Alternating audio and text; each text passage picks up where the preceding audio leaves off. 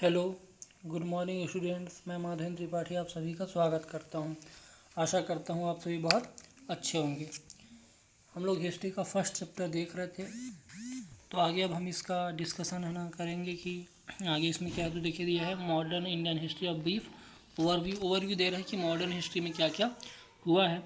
Modern Indian history tell us the history of India from the 18th century to the middle of the 20th century till India attained her independence in 1947. This long period of Indian history includes। तो क्या बोल रहे हैं कि जो modern Indian history है ना वो हमको 18th सेंचुरी से लेकर के है ना 20th सेंचुरी के मिडिल तक का या कह लो 20वीं सदी के मध्य तक के बारे में क्या करता है, बताता है। जब तक कि इंडिया ने क्या कर लिया है ना, इंडिपेंडेंस प्राप्त नहीं कर लिया या आज़ादी नहीं मिली। This long period of Indian history includes. और इस लॉन्ग पीरियड में क्या क्या इंक्लूड है इसमें देखते हैं। तो पहला देखिए दिया है क्या, A bitter conflict among the European trading companies which tried to capture political and economic power in India in the face of declining Mughal central authority है। तो जो सबसे पहला प्रॉब्लम देखने को मिला है ना, ठीक है, कि the bitter conflict among the European trading companies है ना, बहुत अधिक कड़ा संघर्ष है ना। बिटर कॉन्फ्लिक्ट क्या है, यूरोपियन कंपनी से हमको देखने को मिला। Which tried to capture political and economic power in India. और ये जो कंपनी आई, यूरोपियन कंपनी आई, ये इंडिया में पॉलिटिकली राजनीतिक रूप से और आर्थिक रूप से क्या कर रहा, पावर जो था उसको क्या करना चाहती थी, अपने हाथों में लेना चाहती थी, कैप्चर करना चाहती थी इन India in the face of declining Mughal central authority. अब क्यों लेना चाहती थी, क्योंकि इस समय जो मुगल थे या जो मुगल की पावर थी वो धीरे धीरे क्या हो रही थी, कम हो रही थी। The establishment of English East India company as the colonial rule of India, the system of British administration, economic exploitation and drain of wealth. इसके अलावा जो इंग्लिश ईस्ट इंडिया कंपनी थी वो यहाँ पर अपना कॉलोनिकल रूल या भारत को अपना उपनिवेश क्या है बनाना चाहती थी, कॉलोनिकल रूल यहाँ पर लागू करना चाहती थी। The system of the British administration, economic exploitation and drain of wealth. इसके अलावा जो ब्रिटिश गवर्नमेंट का एडमिनिस्ट्रेशन था वो यहाँ ला रही थी इकोनॉमिक एक्सप्लॉयटेशन, भारतीय लोगों का आर्थिक तरीके से शोषण बहुत अधिक हो रहा था, एक्सप्लॉयटेशन हो रहा था, एंड ड्रेन ऑफ वेल्थ है ना।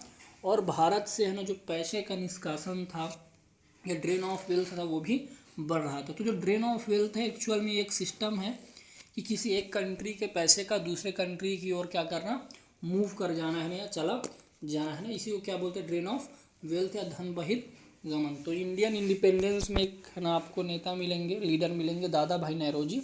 उन्होंने इस ड्रेन ऑफ वेल्थ के बारे में सबसे पहली बार क्या किया था, बताया था कि भारतीयों का जो पैसा है वो ब्रिटिशर्स अपने देश में क्या है यहाँ से ले जा रहे हैं।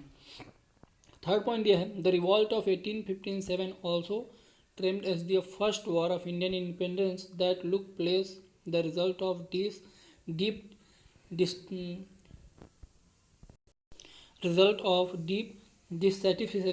dissatisfaction generate among the Indian people against the British rule. However, the revolt was suppressed by the military strong British government है ना। तो यहाँ पर क्या होता है, रिवॉल्ट ऑफ 1857 ऑल्सो ट्रिम्ड है ना। जो रिवॉल्ट ऑफ 1857 था या 1857 की क्रांति थी वो यहाँ पे स्टार्ट हुई, जिसको first war of Indian independence भी बोला जाता है। That took place of the result of the deep dissatisfaction है ना।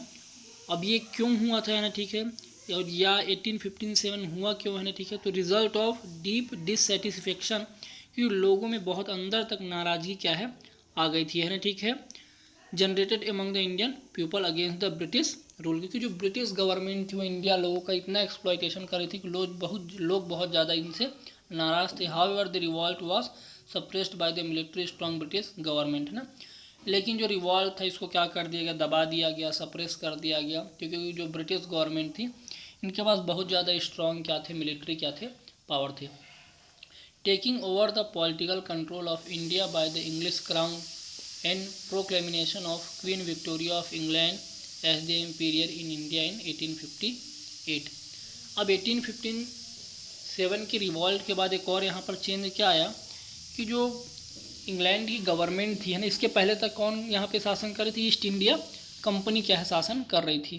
तो जो इंग्लैंड की गवर्नमेंट थी उनको लग रहा था कि कंपनी यदि यहाँ बहुत शासन करेगी तो उनको प्रॉब्लम होगी। और 1857 के रिवॉल्ट के बाद जो गवर्नमेंट थी है ना, उसको एक है ना मौका मिला कि इस कंपनी को यहाँ पे हटा दिया जाए। तो वही लिखा, taking over the political control of India by the English crown. जो इंग्लिश क्राउन था या जो इंग्लिश के राजा रानी थे, महारानी थे, उन्होंने यहाँ पर पॉलिटिकल कंट्रोल क्या है अपने हाथों में ले लिया। And proclaiming of Queen Victoria of England as the emperor of India in 1858। और इन्होंने क्या कर दिया है, प्रोक्लेम कर दिया, यहाँ पर अपना अधिकार जमा लिया। जो क्वीन विक्टोरिया हैं इंग्लैंड की, वही अब भारत की भी रानी होंगी। और 1858 से है ना जो शासन था वो ईस्ट इंडिया कंपनी ने ना ही किया, बल्कि इंग्लैंड की गवर्नमेंट ने सीधा यहाँ पर क्या किया है ना, ठीक है, शासन किया। आगे दिया, the beginning and spread of nationalism in period extending from 1857 with the Indian exposures to a better knowledge of the American, French and other revolution which created a new democratic society in this countries, है ना। इसके बाद India में क्या हुआ है ना, ठीक है, beginning and spread of nationalism. Bharat में क्या हुआ है ना, ठीक है, नेशनलिज्म की भावना, राष्ट्रवाद की भावना क्या होने लगी, बढ़ने लग गई 1857 के बाद।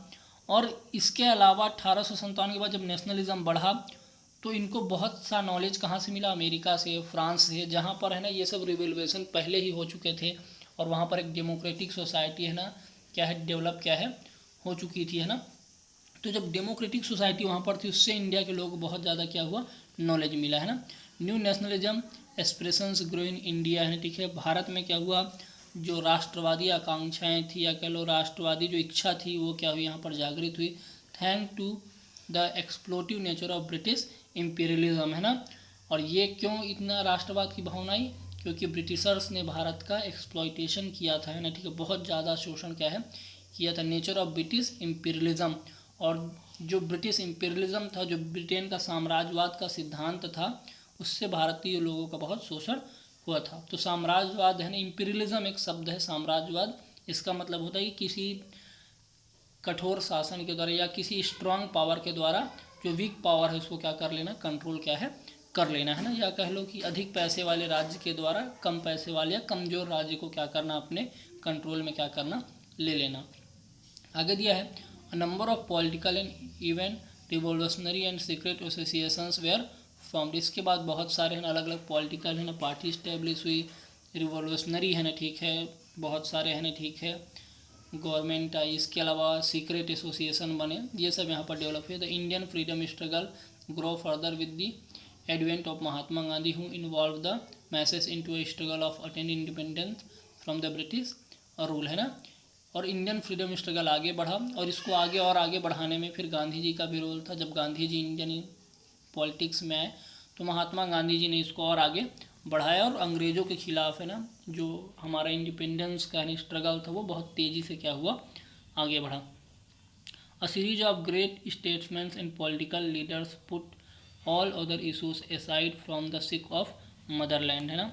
और जो भारत के बहुत बड़े बड़े राजनेता थे, स्टेट्समैन थे, पॉलिटिकल लीडर्स थे, उन्होंने क्या किया, जितने भी अलग अलग इश्यूज़ थे उसके ऊपर है ना ध्यान खींचा कि हमारी राष्ट्रभूमि या मदरलैंड के लिए है ना, ठीक है, ये क्या है, सही नहीं है। The people from all walks of life sacrificed their material wants and come out on the, है ना। तो क्या बोला कि बहुत सारे लोगों ने क्या किया, अपने लाइफ का सेक्रीफाइस किया। इसके अलावा लोगों ने है ना, ठीक है, सड़कों पे उतर करके है ना बहुत अपने जो भी इच्छाएँ थी, मटेरियल वांट्स जो वो चाहते थे उसके लिए है ना क्या किया, इन्होंने स्ट्रीट सड़कों के ऊपर ये क्या है उतर गए, अपने जीवन का बलिदान दिया। They sacrifice extreme brutalness of their rulers of freedom of their country. India became free on 15 August 1947, है ना। और इनको बहुत ज़्यादा है ना, ठीक है, क्रूर हिंसा का सामना है ना, सफर्ड एक्सट्रीम है ना, ब्रूटल्स है ना, बहुत ज़्यादा है ना, एक्सट्रीम या कह लो इतनी क्रूर हिंसा का सामना यहाँ के रूलर से करना पड़ा, ब्रिटिशर से करना पड़ा for the freedom of their country, अपने देश के आज़ादी के लिए। India became free on 15 August 1947, और इंडिया क्या हुआ 15 अगस्त 1947 को फिर क्या हो गया, फ्री हो गया। तो ये एक ब्रीफ ओवरव्यू था कि इंडिया को कैसे इंडिपेंडेंस मिला या क्या क्या इन्होंने हुआ। इसके बारे में आगे फिर और डिस्कशन हम लोग करेंगे। तो थैंक यू।